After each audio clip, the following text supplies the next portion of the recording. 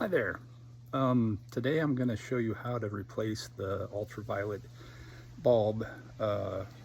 This is a Tidal Fit spa, but you could do this with any spa that's equipped with a similar UV pack. And it's a pretty simple procedure, and I know some spa dealerships out there are actually replacing the entire UV pack and ozone generation system instead of just simply changing out this bulb. So anyhow, I hope this is useful, and we'll go from here. Before you do any work or remove any panels on your spas, of course it's always required, I would say, to find the main breaker to the spa and remove power to all the internal components so it's safe to work in that space. All right, so as far as what you need to do this job, you need some pliers, vice grips, and maybe channel locks would work, just for getting some of the tubing loose. Phillips screwdriver for removing the side panels on the spa. Some nitrile or latex gloves so you don't touch the bulb. It's really important not to touch this bulb with your hands while you're putting it in because of the oils, and then the bulb itself, which is, I'll put the information out there, but it's a fairly common UV bulb that you can find on Amazon. These bulbs are designed to last about 2,000 hours, which, depending how often you have your filter cycle running, could be anywhere from like a year to maybe 2 years tops. Anyhow, the Tidal Fit system, it just uses a timer to tell you when the UV bulb needs to be replaced. It doesn't detect if it's failed or good. It's just a dummy light, basically. And so I typically will replace my bulb every year just to be on the safe side. There's some arguments about the effectiveness of the UV bulbs for maintaining the spa water quality. I don't know. I just know it's part of the system, the AOC system, that is integral to the spa for doing that. So I'm going to just keep replacing them. It's no big deal. So let's get started. This spa is a semi-in-ground Tidal Fit EP12, and the main pump components are located behind this panel.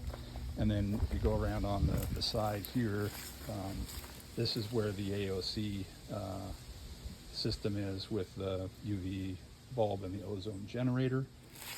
And you need to take both of these panels off to service this system. And to do that, you'll use the Phillips screwdriver.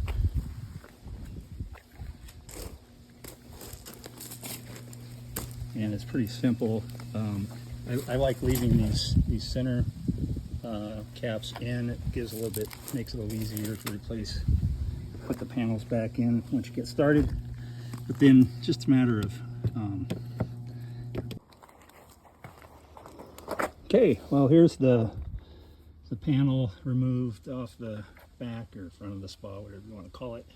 You see the control pack there, the Island Spas. That's got a heater in it. This is the circulating pump here with the main water shutoff valve, and it's this line right here. It goes up and feeds into the AOP system. Yeah, so here's the main feed for the AOP system coming from the other side off the main circulating pump. I added this shutoff valve, and I also put in a bypass for the ozone injection system, because that's the other thing that failed on this AOP almost immediately. Was I stopped getting the bubbles out, indicating I had ozone flow. So I rigged up a system to actually take the output from the ozone generator and just inject it right into a venturi in this line that feeds through, and that worked just fine. But anyhow, that's a separate discussion. What we're talking about today is the UV, and the UV bulb is located right here.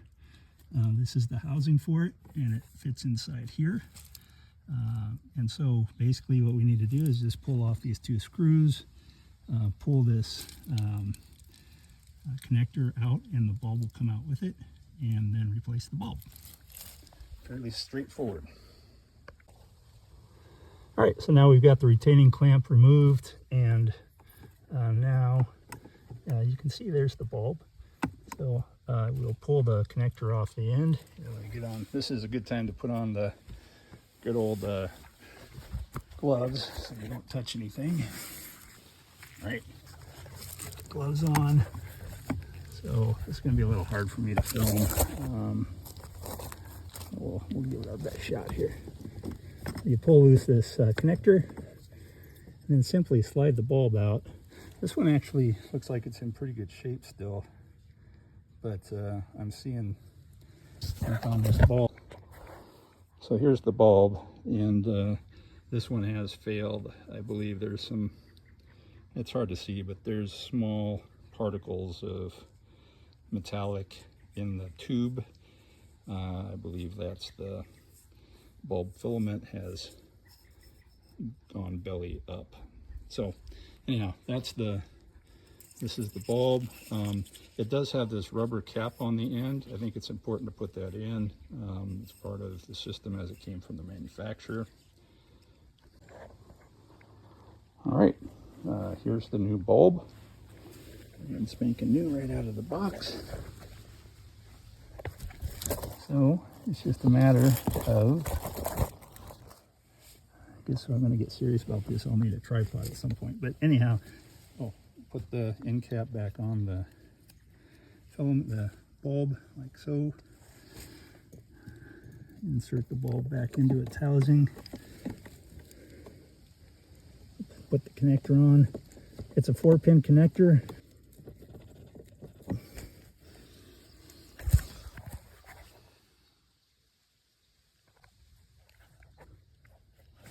Okay, so here's the bulb, the new bulb installed.